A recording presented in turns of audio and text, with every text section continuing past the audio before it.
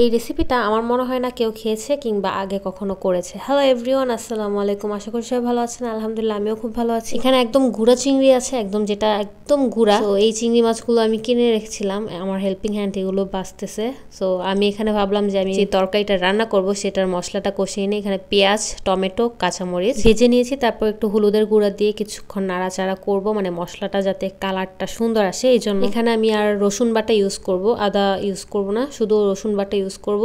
দেন আমি একটু পানি দিয়ে দিচ্ছি, নাহলে মশলাটা পুড়ে যেত। আর মরিচের গুঁড়া সামান্য দিয়েছি, যেহেতু আমি লাউর তরকারি রান্না করব। আর এখানে যতটুকু চিংড়ি মাছ বাছা হয়েছে সেগুলো আমি ভালো করে ধুয়ে নিচ্ছি, একদম ধুতে ধুতে সাদা হয়ে গেছে। আসলে ভালো করে ক্লিন করা হয়েছে, গুঁড়া মাছ যেহেতু গুঁড়া মাছে অনেক ময়লা থাকে, তো একদম ভালোভাবে এটা ক্লিন হয়েছে। আর আমার মশলাটাও যেহেতু আমি কষাতে দিয়ে আসছি, মশলা কষানোটা আমার কমপ্লিট হয়ে আসছে। আর এখানে লাউ আর আলু মানে দুটো আমি কেটে রেখেছিলাম, ধুয়ে দেন এটা আমি মশলার সাথে মিক্সড করে নিচ্ছি। সবাই আমরা লাউ চিংড়ি রেসিপি খেয়েছি, রান্না খেয়েছি, বাট এবার একটু লাউর সাথে চিংড়ি অবশ্যই যাবে, বাট একটু ডিফারেন্ট লুক বা ডিফারেন্ট টেস্ট হতে পারে বা বলা যায়, যেটাই হোক। লাউটা এখানে কষানো হচ্ছে। আর বাই দ্য ওয়ে আমি কিন্তু অফ ক্যামেরায় লবণটা দিয়েছি, সো স্কিপ করা হয়ে গেছে হয়তো ভিডিওটা। আমি ফেসবুক বা ইউটিউবে এত রেসিপি দেখি, সেটা হচ্ছে কুমড়োর বড়ি।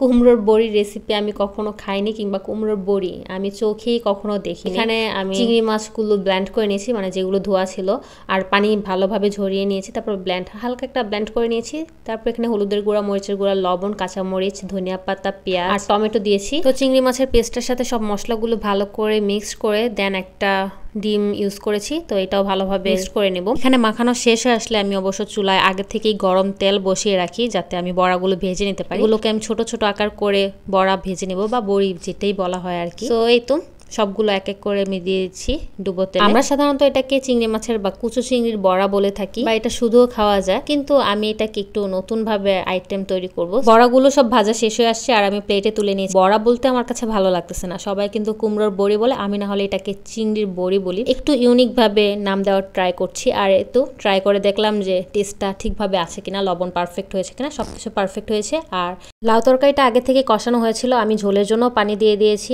আর এখানে আমি টমেটো কিছু অ্যাড করি লাস্টে পানি দেওয়ার পর। লাউর তরকারিতে পানি দেওয়ার পর বেশ কিছুক্ষণ রান্না করা হয়, তারপর আমি এই বড়িগুলো দিয়ে দিই। এই তো এখানে নাড়াচাড়া করে কিছুক্ষণ রান্না করব। আর দেখতে আমার কাছে একটু ভালোই লাগতেছে, খারাপ না। যখন রান্না করি তখনও জানি না যে খেতে কেমন হবে, বাট খাওয়ার পর খুবই মজা লেগেছিল।